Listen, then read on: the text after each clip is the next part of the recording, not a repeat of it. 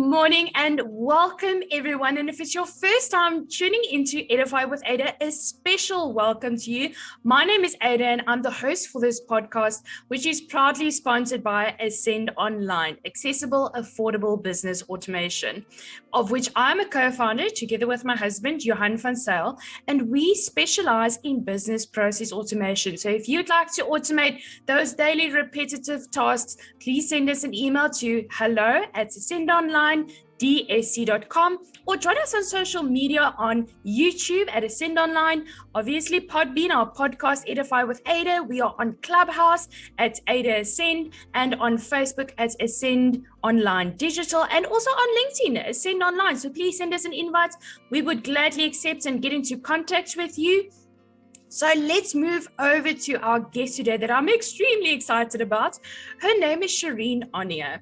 And, you know, she's very well known in the tourism and hospitality industry in Cape Town. She's the founder of 3 companies, Propati, Propaclean, and ServiceGurus. She's a member of FIDASA, the National Trade Organization in the hospitality industry. She is a Future Females Business School graduate and a current mentor for the current cohort. And she's a mom of 2, and she's going to share her incredible journey and story with us today. Definitely something that you can look forward to. Before I give over to her, please remember, if you haven't already done so, if you may be watching this on YouTube, download the Podbean app for free. Go over to your app store. It's free for iOS and Android. Search for Edify with Eide and subscribe to our podcast so that you don't miss any of the exciting episodes that we have planned and in store for you. So let's go over to our guest. Shireen, thank you so much for joining us today. I'm really looking forward to this episode. You are our 4th guest on our Inspirational Women in Business series here on Edify with Eide. How are you doing today? I'm so good, thank you. And it's an absolute pleasure. I am thrilled to be here and be engaging with you and inspiring the females that are watching this podcast. And that's the whole purpose of Edify with Eide, you know, is to talk about leadership and technology and entrepreneurship. And the feedback that we've received from women entrepreneurs about our Inspirational Women in Business series has been absolutely phenomenal. They absolutely find these ladies a huge inspiration, you know, having their morning sip of coffee and listening to you ladies. So I'd like to jump into a couple of questions that I have for you and that I would like to share with everybody listening in today. So the first question I would like you to answer and to tell us more about is, what made you decide to become an entrepreneur? So I've dabbled with entrepreneurship way before I actually got stuck into entrepreneurship. Well, maybe stuck is the wrong word, but you know, since I've really been engrossed in entrepreneurship. So quite a number of years ago, I moved back from Johannesburg and to Cape Town, and I was given a wonderful opportunity to be able to start up a marketing company. And so I started up my own business, and it was amazing for almost a year. And then I had a client who didn't pay me quite a big sum of money. Like a couple of $100,000, they paid their 50% deposit and then they disappeared and never paid the other 50% deposit. So I was forced to then go back into the work environment, look for a job, and you know, I kind of was like, entrepreneurship's not for me, it didn't work out, so I'm going back to look for a job. And I worked for quite a number of years, and in the number of years that I worked between that entrepreneurship experience and now being an entrepreneur, I lost my job working for corporate on 2 occasions. Okay, both times coming back from maternity leave. So one of my things is I'll never have more kids again. That's the first thing I've told my husband. And the second thing is, after my second child and having lost my job, I decided that's it. I'm no longer working for corporate. I'm going to start my own business. It is time. Yes. Now the fire's up my butt. And I'm going to start my own business, and I'm going to work hard for something that I really want and what really excites me and makes me enthusiastic. And that's how I got into entrepreneurship. I think also being an entrepreneur, there's certain qualities that you have that also, you know, consistently runs through the way that you operate in your jobs before. And I think that it's something that consistently bites in the back of your head. It's just about taking that step and letting go of that fear, that eventually I got to a point where I could let go of that fear and I could say, you know what, now it's time to start your own thing. So yeah, that's my story. And that's a common theme that runs through women in business or women in entrepreneurship that come from a, more corporate background. There was always something that kind of just nipped at them and they said, you know what, I'm not going to take this anymore. I'm going to start my own business. And the key step for them were all overcoming fear. Our first guest, Stacey Zimmer, that was exactly her biggest lesson that she learned from her entrepreneurial journey as well. And she said, Eide, my biggest issue or obstacle to overcome in my entrepreneurial journey was that fear of failure, that fear of, people rejecting me or saying, I told you so, because we all want to kind of be successful in projects that we start and, initiatives that we take. And that rejection from, your peers, and that it's a difficult thing to face. And that's one thing that stops a lot of women starting their own businesses and actually staying within that very unhappy corporate job, even if it isn't a corner office with a big paycheck, and that's unfortunately the reality of the situation. And but to come to the question of what drives an entrepreneur, like what drives you to get up in the morning, and us entrepreneurs are notorious for that never-ending to-do list. What motivates you to get up in the morning, every morning, get up, brush your teeth, have that cup of coffee, and to get started? Sure, Eide. What drives me? I mean, so I had COVID in December, and I was very, very sick.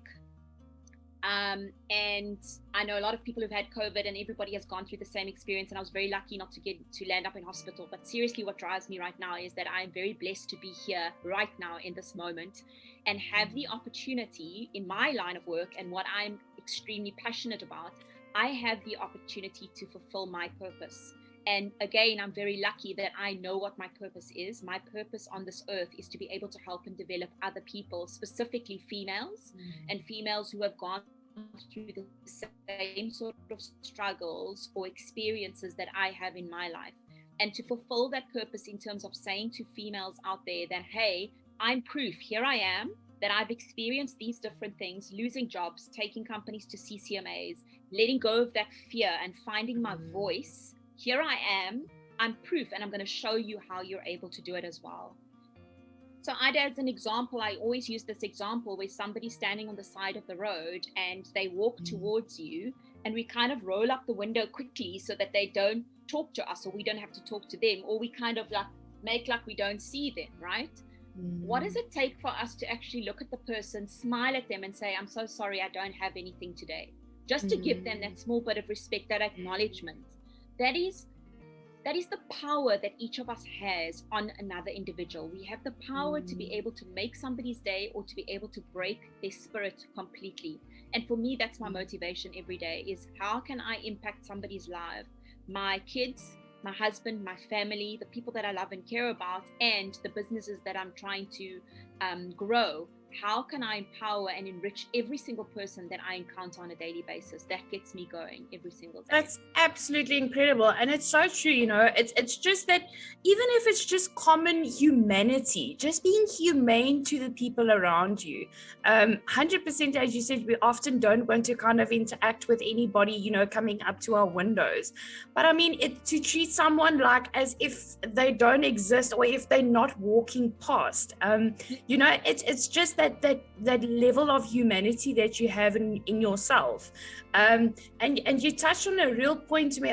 I was part of a course today, and Björn, the guy that was hosting this, he said, and it was a leadership course, and we spoke about how to deal with difficult situations.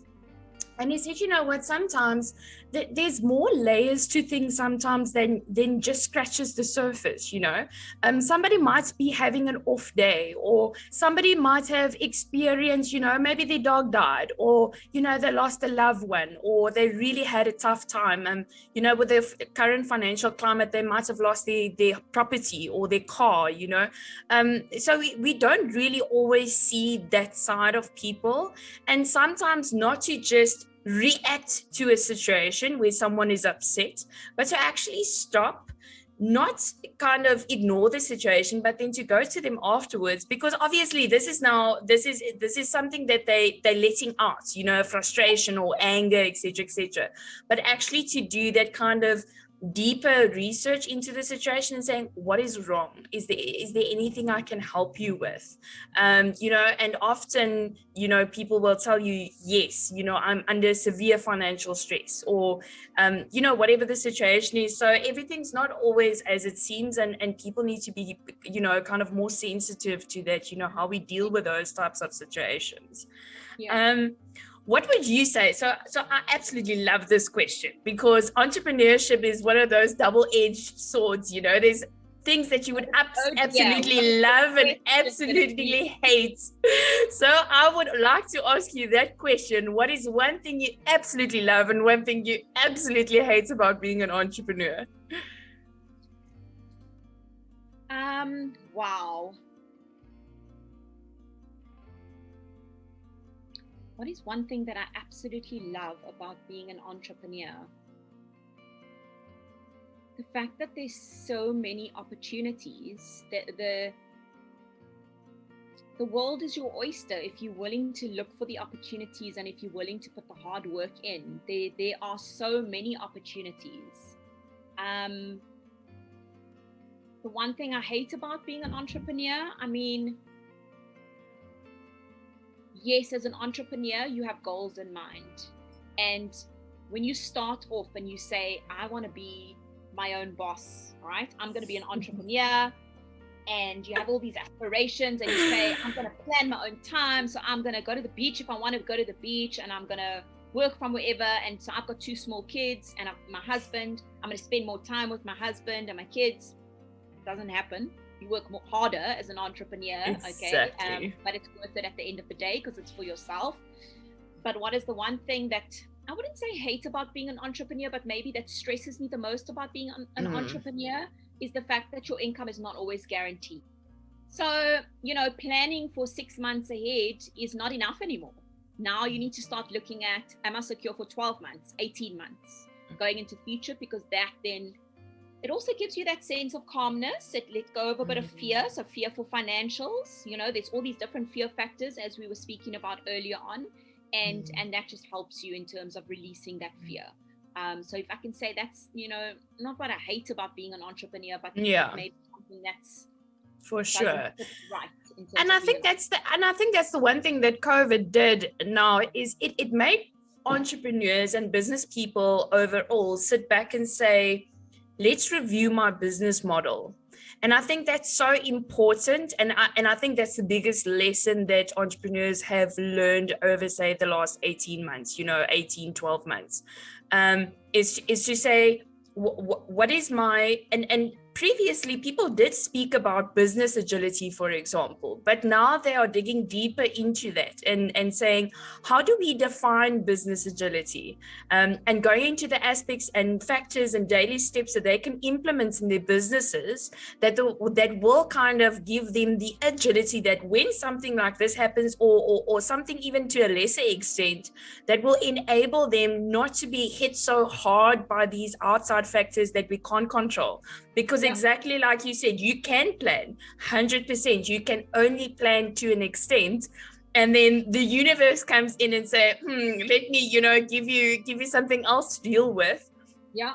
And we can't always prepare. That's also the truth. We can't always prepare for everything, especially the things that don't tend to happen, you know, once in 100 years. But for sure, the things that are within our control, we should then be able to plan to the best extent. And to come back to the fear, we all learn. Do you mind if I just comment on just what you said? Yes, now? For sure. You know, there's 3 three biggest lessons that I've learned over the last couple of months. And it is, firstly, remember we used to speak about being, think out of the box. Yes. Okay? Yes. And one of the biggest lessons I've learned is that there is no box anymore. There's no That's box. For sure true. For sure. If you're not thinking ahead, if you're not one step ahead, you're going to fall behind. Okay. And that's one of the biggest lessons that I've learned. And another lesson that I've learned is also that you have to collaborate. You can't look at your competitors and keep thinking, oh my gosh, they're the enemy. I'm never going to get to where they're going to be. You have to think to yourself and say, okay, well, they are my competitors, but how can I use them as collaborators? How can I collaborate with them in order to offer bigger, better services?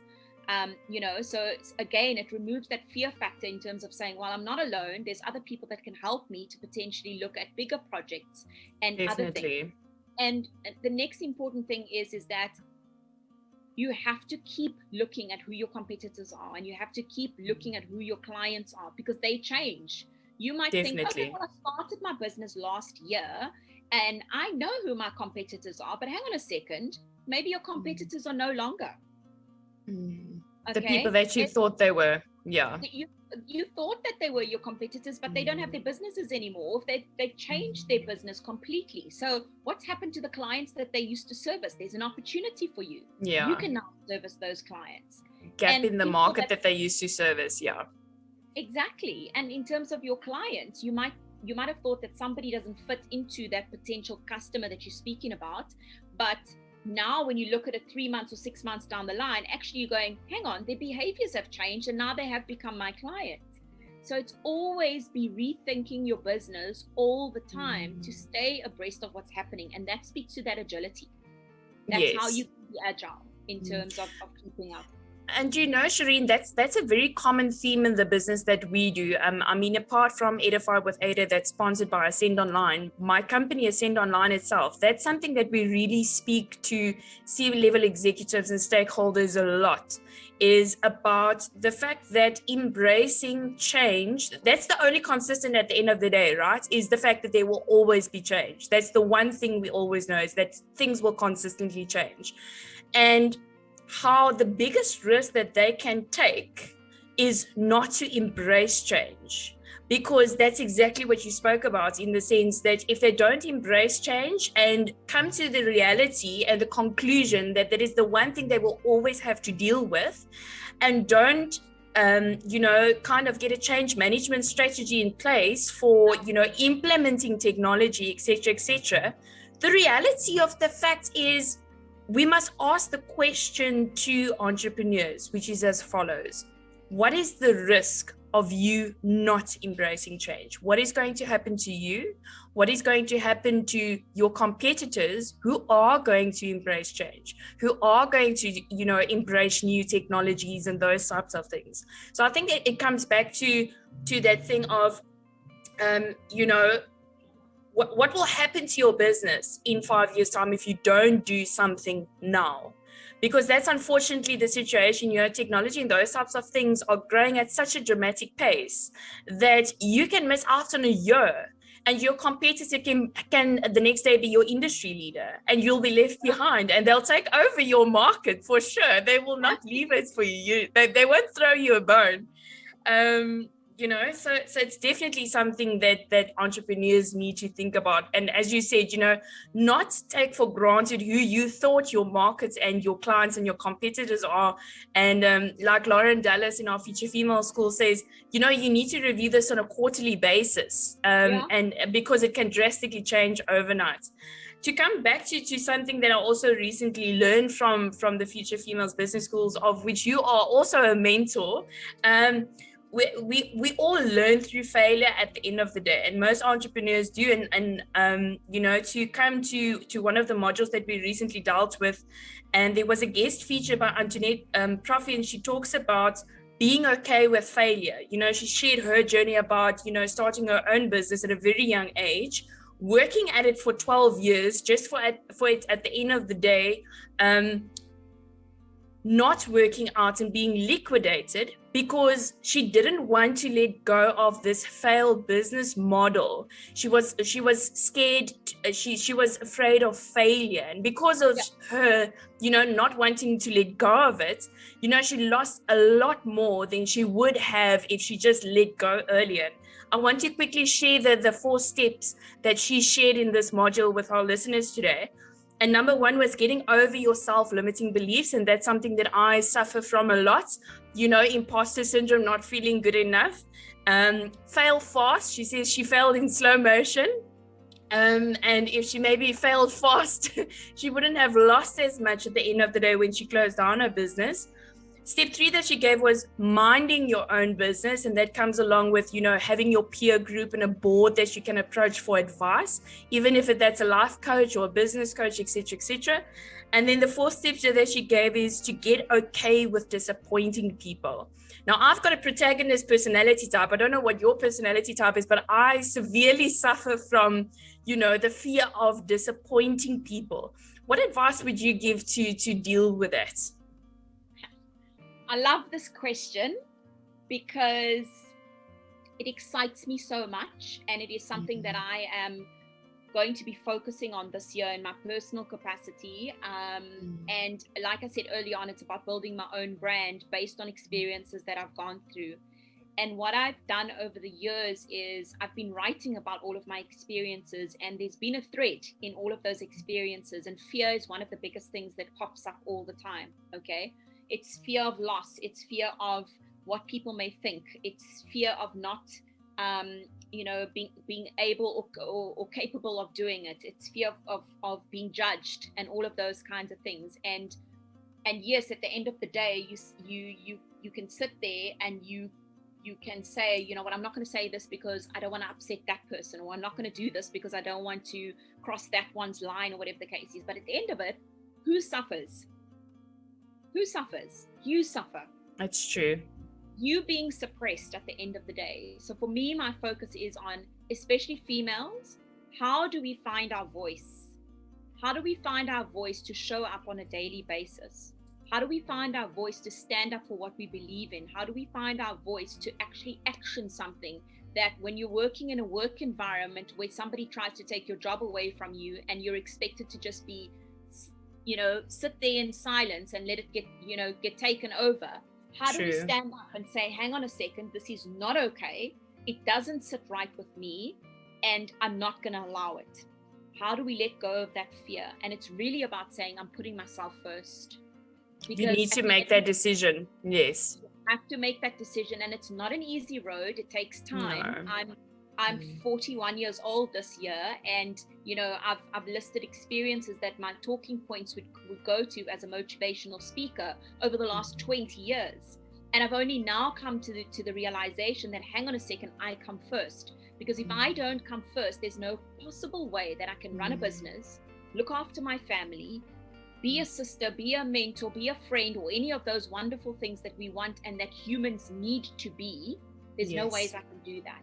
And I'm choosing me. And now, how do I help other people choose themselves?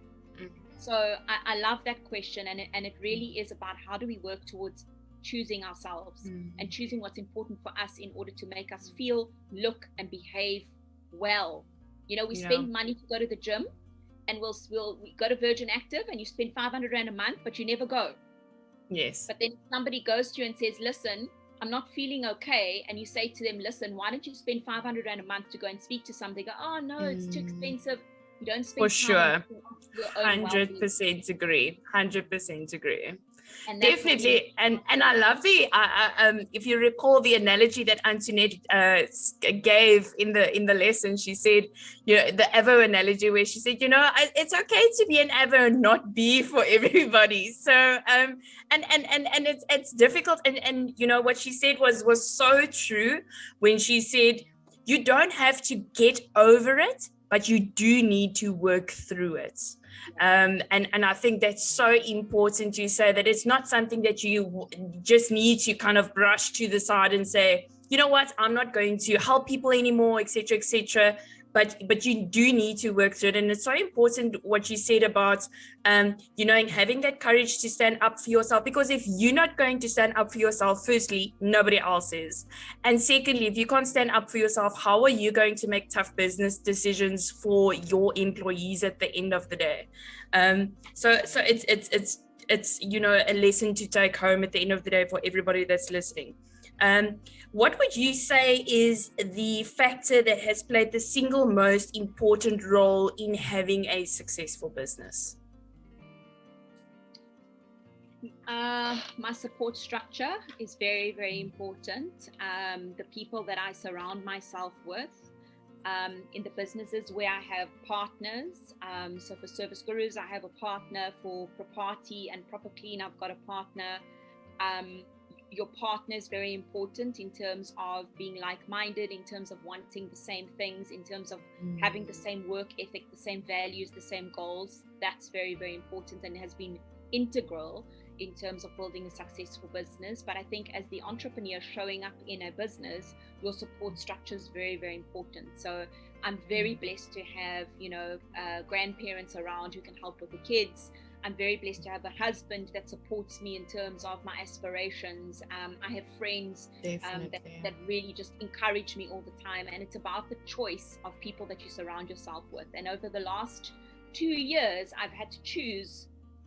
And I haven't had to choose. I have chosen who I want to spend my time with, who contributes to my life and the life that I want to live and the way that I want to show up on a daily basis. It really is true that you become the people that you hang out with.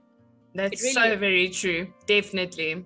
For sure. Choose the people that you hang out with wisely. So if you want to be motivated all the time, if you want to feel like you are on the ball and so on and so forth, choose people to be around that are going to do that and help you to get to where you are. Definitely. Well, while you're talking about Propati and Propaclean and ServiceGurus, please tell us more about them for everybody that's listening and where they can find them online.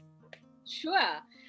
So let me start off with ServiceGurus. So it's www.servicegurus.co.za, and we are a learning and development company. We operate within retail, corporate, and the hospitality and tourism space, and we offer skills development, coaching, right up to leadership development. And my partner's name is Michelle Page. We were registered the business in 2015, so we've been going for some time now, and it's really been an amazing journey. Then we have Propati, which is Propati. It's Xhosa for property. And so it's propati.co.za. And what we do is we are a management company that offers full management services for short-term and long-term rental. And we also offer facilities management as well. So that's my husband and I run that company together. And with COVID, what happened last year was we had almost 100 properties at the end of March last year. We were going on for the best financial year yet, and COVID hit. And we had to very quickly look at our business and see what we could do to stay afloat, what to do with our staff members and so on and so forth. And that's where Propaclean was developed. And Propaclean is www.propa-clean.com. Propaclean is an information hub and a training portal for domestic workers.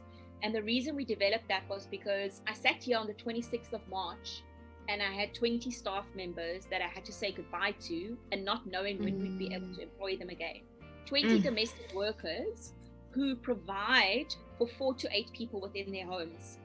And we were sitting here and we were like, these people are not going to work. When they are able to work, are they going to be ready to look for jobs if we can't provide them with jobs? So how can we make an impact, a social impact on this part of our economy? And domestic workers are a massive part of our economy.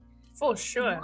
Moms can't go to work if they don't have a domestic worker who sometimes falls in place as a nanny. Okay. Households don't run without a domestic worker. So for us, it's about upskilling these domestic workers, not only on how to clean your house and keep it COVID safe, but it's for them to be able to write up a CV, for them to have being taught communication skills, how to have an interview, life skills, how to open a bank account, how to save, and really enrich, empower, and upskill this part of our community who supports financially 4 to 8 people. Now, if they can learn, they can transfer those skills to 4 to 8 people within their homes or within their families. And that's what Propaclean is all about. And yeah, that's one of our big focuses this year. And so what we do is we upskill them and then we sell their services. So we have skilled workers who you can then book to do cleaning of your homes, cleaning of your apartments, maintenance, gardening services, and so on and so forth. So providing a platform for them to be able to work as well. That is absolutely phenomenal and incredible and such a brilliant initiative. And really, I do so admire you for that. And I think we do definitely, especially in the private sector, need more of these types of initiatives. So I really do encourage everybody out there, think when you start your company, think about the social impact you are also going to make. And that's normally last on the list when you tend to write up your business plan. And I do really think that it should move up quite a few notches when deciding and thinking about your business model, and as I said, then the social impact that your business is going to have.